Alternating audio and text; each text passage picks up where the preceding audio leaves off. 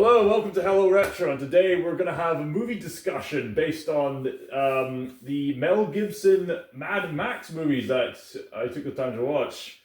I've got a confession to make. I've never seen any of the Mad Max movies until this year. So, I've watched them a few times now through DVD, and I believe may have seen it on TV a few times. Alex hasn't. Well, I've seen the first one once. I've seen the second one, I think, just the once. I've seen the third one 2 or 3 times. That's all I can say. the two of you were hyping up Mad Max Beyond Thunderdome, which is Mad Max 3. So that got me quite looking forward to seeing it. Yes, because I do remember seeing the first Mad Max film on, I believe, Channel 4 years ago. Oh, wow, they were edgy enough to show that on Channel 4. It must have been at night time, right? Oh yeah. Well, it wouldn't be. I mean, it wouldn't be sort of like it wouldn't be sort of like sharing at the same time slot as like the sort of Teletubbies or something. Good grief! Teletubbies in Mad Max!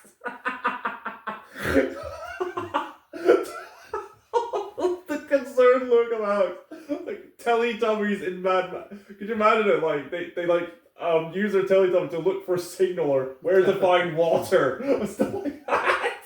And then they were like driving the little blue vacuum cleaner. One of them's just going erratic, like, what the want we say, Tubby want? Yeah. And instead of like searching for water, they're looking for custard. They're looking for Tubby Tubby custard. Okay, we need to get back on track. So, oh man. These Mad Max movies are these apocalyptic action movies. All of them have Mel Gibson as the titular Mad Max, and the three of them seem to tell this consecutive story about Australia going into this intense apocalypse setting. The first film presumably depicts the moments just before the apocalypse begins, and then the second and third movies pretty much just right into the apocalypse. Although the thing about Mad Max 2 is that it does give an opening of what happened in Mad Max. So you can actually just delve straight into Mad Max 2 without even seeing the first Mad Max film. I think they're always kind of disjointed that way. Yeah, I think the idea changed somewhat, and we were talking about that earlier today. Yeah. Well, I find that quite common with a lot of films during this period, in that the sequel is considered to be the film in that is sort of what that the franchise is well known for, and that, like, right. For example, like so Rambo sort of First Blood Part 2 and the Evil Dead 2 in that. Like, that's right. Yes. Evil Dead is technically considered just to be a remake of Evil Dead 1. That's right, because the Sam Raimi had copyright trouble with the first one, so in the sequel just pretty much had to reboot it. Yeah, that's right. That's right. Do you think it could be that with these films, the sequel is almost like a refinement of the original idea, maybe a perfection of it to a degree? Yeah. Nowadays, a lot of sequels are just, they're grafting on another film to a franchise just to milk it for money. Yeah. Well, I think with Rambo First Blood and that, it was like it was strictly sort of based upon the book and that was sort of inspired by. And, really? I didn't know it was based on a book. And part two in that was like basically the film basically just milking the franchise. Man. Because and that's where we got the whole famous image and that of Sylvester Stallone, that like bear chasing with a sort of red with a sort of red bandana and that, and sort of like holding the machine gun in one hand, going and because I actually believe the in the book in that the main car actually sort of died in that. Oh, and, right. And interestingly enough, in that the film in itself, and that actually was originally going to end in that with Sylvester Stallone's character dying. Oh, wow. But apparently, like, and the test audience and that just thought it was too grim in that, so they basically just had him sort of like apprehended instead. Now that's interesting. A film where the audience wants to differ from the source material. That's usually unheard of. Yeah, That's interesting. and it exists out there. You can actually see it on YouTube and that. Wow, Like really? the alternative ending. Wow. Audience, you are to blame for the continuation of milking Rambo. Pretty much, yeah. So how this pairs into the Mad Max movies? It's interesting that you bring that up with the Mad Max movies, because I see these movies, and although I wouldn't really consider any of those films that I've seen like absolute favorites, that I put up there with, like, say, Lord of the Rings or like Indiana Jones in terms of action spectacle.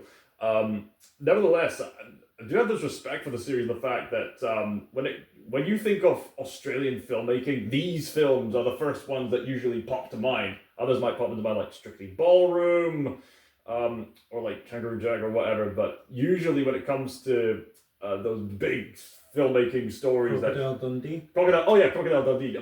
Our friend Smudge would want to bring that up. I've yet to see that movie. Yeah, that's an off, mate. That's a comedy with an Australian guy. All from the land down under. Yeah. With the Mad Max movies, they really defined cinema in a different way. They really pushed the envelope for action cinema, and you can definitely sense that with each movie, you can sense a progression in the scale and scope of action filmmaking. Yeah. And I've noticed that this series seems to be taking the same kind of approach as the Clint Eastwood Man with No Name trilogy, where you can watch the films separately, and from what I know about this trilogy, there's not really an emphasis on continuity as such. They're more like separate.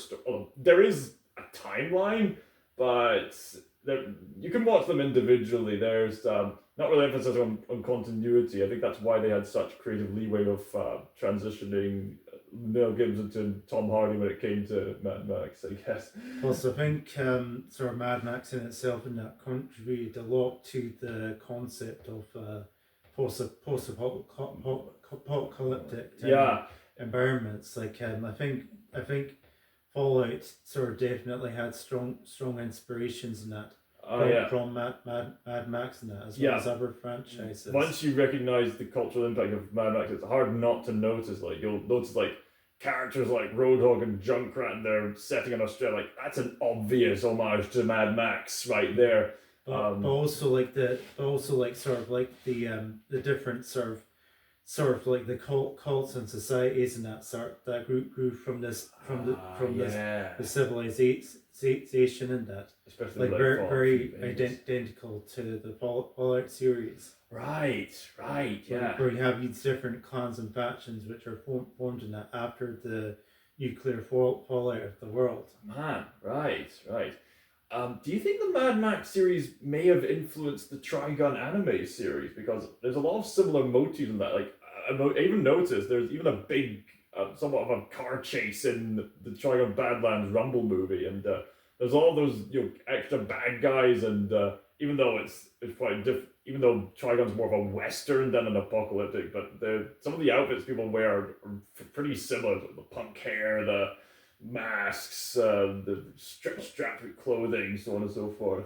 Possibly with Trigun, it definitely seems to get a sense in that they sort of going for a lot of genres and that to portray quite a sort of a unique kind of environment. Right. That's usually quite sort of the best aspects of anime in that is that they do take some elements that they don't necessarily sort of like copy them. They take elements that they don't copy in that. I mean, C.S. Lewis said that the best sources of originality are the people who don't even have to try and then do it unintentionally anyway. So there's that to consider. So anyway, I suppose we should probably start by talking about the first Mad Max movie, which is probably the weakest entry in this Mel Gibson trilogy, right? I don't know. I think it depends who you ask. Fair enough. Right.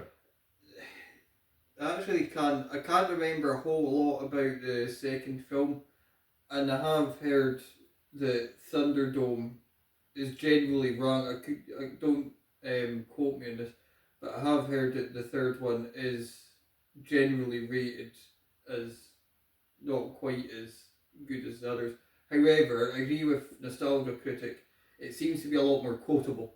Yeah, a lot more iconic scenes, and then you got Tina Turner, of course. Yeah, who adds the iconography of the whole spectacle of Thunderdome. That's understandable, yeah, because I was somewhat disappointed with Thunderdome. It's not that I didn't enjoy it. I mean, I'd say Thunderdome was better than the first movie. I mean, they're all great, good movies to watch. It's just that in regards to taste in filmmaking and story pacing and setup and payoff and so on and so forth. It seems that Mad Max 1 is the weakest, then Thunderdome, and then Mad Max 2 is probably the strongest. I even seen some people say that Mad Max 2 is one of the best action movies ever made. Sure. I can see why, although from what I understand, Fury Road really pushed the limits, and that's become the standard for action spectacle when it comes to this franchise. Yeah. But we're focusing on the Mel Gibson trilogy for now, right? I believe the problem the most that I find with the first film that is pacing. Yeah. It just seems to be all over the place. Yeah. And you kind of get the sense that they're not quite exactly sure what their identity is in that film. I think say what we're saying a moment ago, that could be why so many sequels of films like this are better than the originals, because they're still finding themselves in the first film, and then with the second one their ideas are fully formed. Yeah. That's a good point. You can definitely sense that with the first movie, so you get it. And I think, if I'm not mistaken, the first Mad Max film held the record for the most profitable movie until that was beaten by Blair Witch Project, Really? From what I've researched.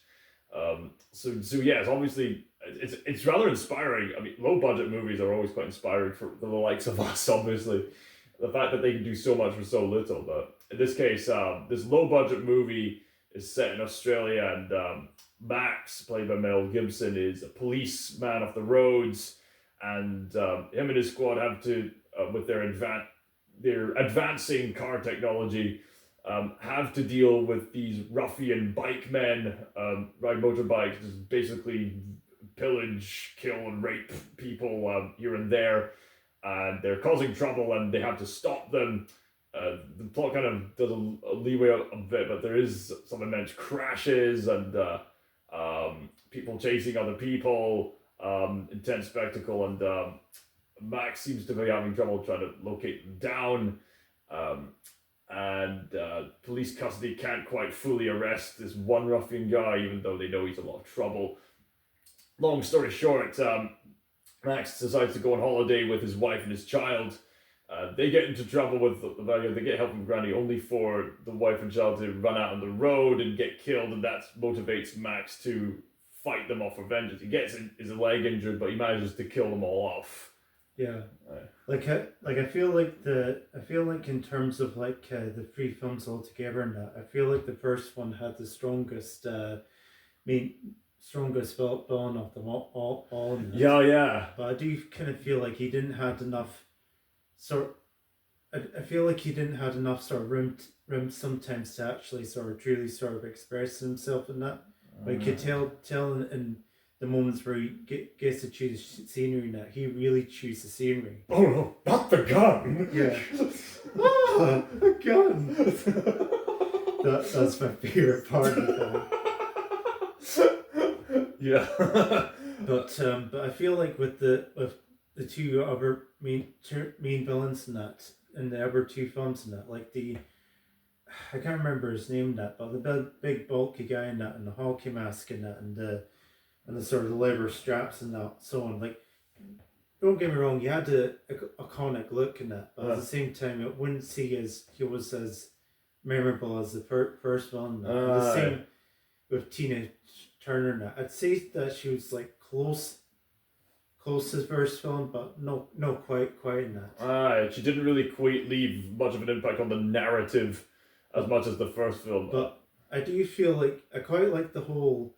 I do quite like the whole sort of like the whole sort of like narrative around like her and Max and that in some ways in that because like the fact that she sort of lets him sort of go on that after he basically just rightly and royally screwed her over in that with barter ten that she's she just ends up just calling them Raggedy Man and that, and just leaving them be in that, and also the fact that like for the most part in that she did sort of sort of lay down her end of the deal in that. Right. Except for obviously not telling Max in that he's basically sort of attacking a mentally disabled individual. Yes, that's right.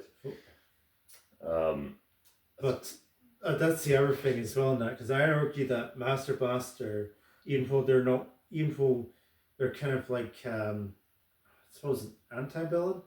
No. Like they're not the main villain in that. But I find those two in particular in that are more memorable in that. Because just of their appearance in that, and also of Master himself in that. Man, imagine that being the casting man responsible for finding this one short actor. Yeah. Imagine that. Mad Max 1 it certainly has a sort of relaxing vibes. At the same time, the first Mad Max was a bit confused as to what it wants to be. It even ends very abruptly with Max pulling off a saw and killing off the last villain with very elaborate and exotic death. And then he hits the road. By the time Mad Max 2 comes up, the apocalypse has happened, and somehow the land has been ravaged. I mean, I don't know why Max bothered to go out into the wilderness. But then again, the end of Thunderdome seems to imply that some of the oceans have dried up and some of the wildlife has kind of been endangered. Well, I think after the first film that I think it's just sort of basically just like sort of Max himself and that has kind of like become like a sort of like I suppose in some ways in that the Mad Max films is also kind of similar to a western in that you have this like lone stranger and that's right. Yeah, you could call it a western. Yeah, that makes sense. You can, well, or at least for the sequel now, you can consider his car and that like a steed and that. Yeah. And his mule.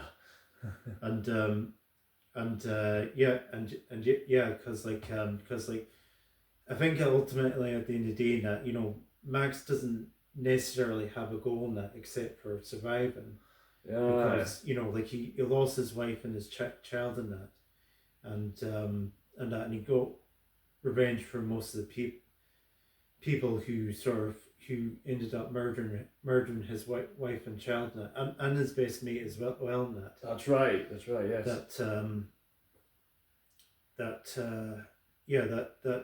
At that point that he's just he's done everything he can that, so what's left to do but surviving that, and some people, some random bunch of strangers need my help in that, then I might be willing to give a hand. I mean, it still seems a bit, that is a satisfying explanation. It still seems a bit odd to me that he wouldn't stick by the nice oceanic paradise of the first film and just stick by farms and stuff like that. At the same time, the end of the third movie implies that a lot of the land has dried up over time, and so people become increasingly desperate, but at the same time there is this implication of travelling beyond the wasteland to some hidden paradise. It's implied that somewhere in Australia there is still greenery, there is still plentiful, bountiful stuff. You just have to go out and survive and look for it. So obviously time has passed. So I assume that the ocean started to dry up given the end of the Thunderdome, where you fly by Sydney House, which is famous for being by this vast ocean of water, but it's fairly barren looking. So I assume, okay, so the ocean's not dried up, so Max is probably going to go venture out. And in this movie, he's surviving. He comes across the quirky pilot man with a functioning plane, which is pretty impressive to see in action. I mean, the practical effects are immense in this series. Like the amount of stunt work they've had to put into this series. And Max eventually comes across this tribe of people who are fighting off these ruffians, all because of this fuel reserve they've been protecting.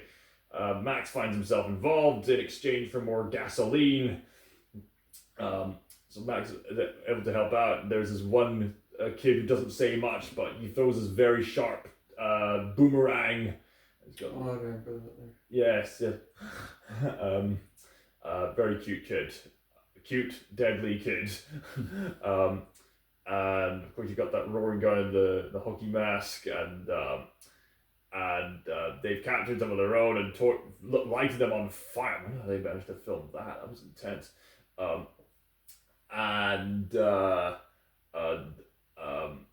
We see that Max is rather reserved and closed off since that heartbreaking moment when his wife and child was closed off. But in this film, we see Max start to open himself up again in light of this community, willing to strive for better. So he goes out of his way to fight for them, and eventually the film ends up with a brilliant chase scene involving a truck, and the ruffians are slowly but surely dismantling the truck, killing off the people one by one, but Max and the kid and the others barely get out of that alive. It's a pretty intense scene and impressive action spectacle there. And sort of the monologue at the end of that, where it actually turns out that the narrator in that was actually the kid. The kid. Yeah, that was a fascinating twist there. And the whole series is presented as if the survivors were presenting stories to us at a campfire or something. Yeah. Which is a pretty interesting approach, which is why these stories feel so disjointed yet still continuous at the same time. Yeah, I also feel that was also an influence, at least on the Fallout series and that, because like at the end of each game in that, you often get a monologue in that, like of the sort of narrator in that telling you about what actions and what choices you made throughout the game in that sort of influenced the people you either helped or hurt or killed and so on. Oh wow. There's been other video games like Undertale and Metal Gear Solid 3 that have done very similar stuff to imply this had an impact. That's interesting. Pretty fantastic action stuff. And then we get to Thunderdome, where we see the same actor portraying another pilot character again, but is that pilot meant to be the same pilot from before, or is this a different pilot? It's never really specified. No. And I remember the pilot from before. He was in a helicopter kind of machine. Yes. And he drops a snake, yes. Aye, and he was on the same... Okay, I remember Max having him shackled, because I mean, what's Mad Max with a bit of bondage? Yeah. But, so, I mean, it could have been a sort of... They could have had, I suppose, a long-term sort of tit for tat and a sort of on-off alliance, which might have preceded what we saw at the start of the third film. That would make sense. Suddenly Mad Max is bringing out his William Wallace look. And it seems that the pilot of the sun has managed to steal his resources and his monkey, and so Max finds himself no choice but to travel to Bartertown and give over his weapons for a chance to get his equipment back by doing whatever work he can. So he meets up with the local queen of the town, who is, of course, the Tina Turner character, Auntie... what was her name again? Auntie... it was Auntie something. Let's just call her the Auntie for simplicity's sake. So the Auntie tells her that you can work for us. We literally use pig poo to create methane to empower the town. So you can shovel the poo, and there's someone threatening my power. So to gain further favor with me, you should challenge him to a death match in the Thunderdome. Thunderdome match itself is pretty intense. We get all the build-up prior with seeing these quirky characters like the small guy with this big muscular guy. Master Blast. Master Blaster, yeah, Master being the small guy on top, and then Blaster being the big bulky guy. There's a setup and payoff with the fact that Blaster doesn't like high-pitched noises. It seems to be his only weakness.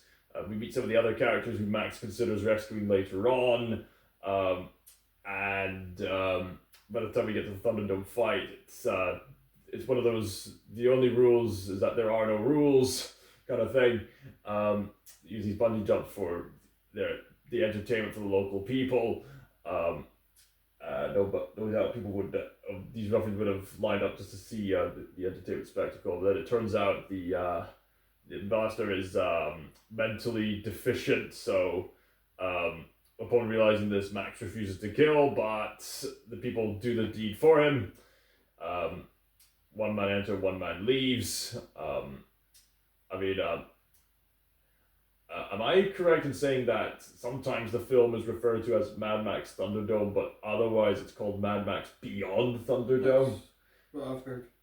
Yeah, I'm pretty convinced the proper title for this movie is Mad Max Beyond Thunderdome, because a lot of what happens is an impact of what happens in the Thunderdome. If it was called Mad Max Thunderdome, you'd expect more matches in the Thunderdome, so it makes more sense to call it Mad Max Beyond Thunderdome. Yeah. I do have a feeling that they may have not been when they may have not come up with a name of the title and that by the time they're nearly done with the film, so they're kind of like what do you call this Mad Max film and that? Well, we got and then like could we sort of reference something in the film and like someone hears about like the Thunderdome and they're just like, that's it. Thunderdome. It does have a good, catchy name to it that implies a raised stakes. Thunderdome. It's interesting the point you make as well, though, because I mean it is quite a pivotal point in the film that takes place in the Thunderdome. But other than that, you don't see a lot of it. Exactly. So, as an impact of the Thunderdome, they do this wheel of fate kind of thing. And Max is forced to spin it, and his punishment is gulag. I would have thought he would have been sentenced to a prison place, but their equivalent of the gulag is to get tied up onto a tired horse and get sent straight out to the wilderness, specifically in the quicksands. And so Max barely survives that before coming across a very peculiar tribe of people who are clinging on to hope that some pilot by the name of Captain Walker is going to deliver them from their place to some kind of paradise. That seems slightly odd to me because they're already in a nice place. They're in a place of greenery, fresh water. Presumably there must be like fish and livestock to take care of. Well, maybe basic stuff, but... Well, that's exactly quite... That's actually sort of a good point in that concern that Max himself in that is just keeps on saying to them, like your home is here. Yeah. Here in that, like you don't need to go anywhere else in that because as far as he's aware, he's probably aware that they're living a high life. Yeah, exactly. I mean, if I were in Mad Max's position, I would love nothing better than to just stay right here in this luscious green environment where there's plenty of nice people and there's a means to look out for each other to survive. Like, why not stay here? And of course, water. Lots of water. Stuff you could bathe in. Like, there was literally a scene earlier where he was scanning for someone selling clean water only to find out it was anything but clean. Yeah. Why would these people want to leave? Apparently, they're quite fanatic about this Captain Walker delivering them to paradise, but Max has to show them that, look, the cities have been demolished. You're not going to find what you've hoped for. But the people insist on leaving, and so Mac, one of the tribe leaders, the lady leader, escapes, desperate to find the place. So Max, out of sympathy, wants to go out and save her, and some children companions come with him.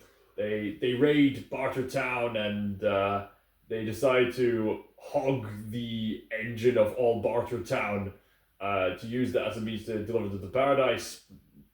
Here the narrative gets a little confused to me because what exactly is Max's motivation here? I mean, he's obviously helping people out. I mean, just get them to paradise as well as saving the few friends he made, if you could even call them friends, and saving them from Bartow Town for a better life than what they had. And so as they happen, but regardless, as that happens, we get another spectacular car chase scene. Mad Max is well known for its spectacular car chase scenes. The one particular highlight from this chase scene is when they're going through a bridge and this one bad guy is clinging onto a loose pipe. But then the side railings of the bridge keep coming up and he has to go, what? Yeah.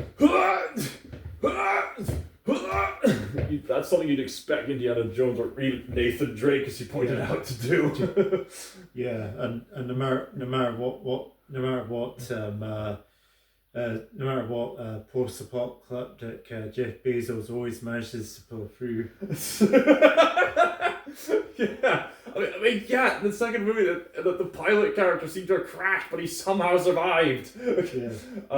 So they make it through. Even just this one guy in front of the train who somehow survives is just going, ah! That was funny. Max and the other guy hopping from car to car, fighting other threats. Then they come across the pilot's kids earlier. Stop right there, you'll die. Sees the other people coming. Oh, death is coming to us. Bye. So it was funny. They follow the kid to this hidden den, and him and his dad I presume he made love to that one lady he fell in love with in the previous movie, but again, we don't know that for certain because we don't know if it's the same character or not. Yeah. But regardless, the pilot helps gets the plane ready, and Max sees you. Obviously, this is the pilot who got him in this mess. You. Obviously, the pilot got him in this mess in the first place, but he's like, you know what? The pilot's going to redeem himself by delivering these people to the paradise they're seeking. And so they take off, they get the other kid, and so Max, being the lone wandering hero, decides to stay behind so that they can have enough room to take off, whilst Max barges into the opposition to take off. And then, as they take off, Tina Turner's auntie comes up to him, and then Respect just leaves him be and leaves. And Max... man. And so Max is left to wander out, and there's this pretty fairly bittersweet ending where they travel to Sydney, but it's all desolation. They get to this warehouse where they recall their story, and Max helped them. Again, I'm a bit baffled as to why they didn't just stay in that lush green paradise, but at the same time, they were obviously so fixated on this Captain Walker figure, who Max was clearly not, that they'd be willing to travel for some meaning significant. I suppose that, however disconjointed the narrative is, I suppose that causes that innate compass of meaning that we all have.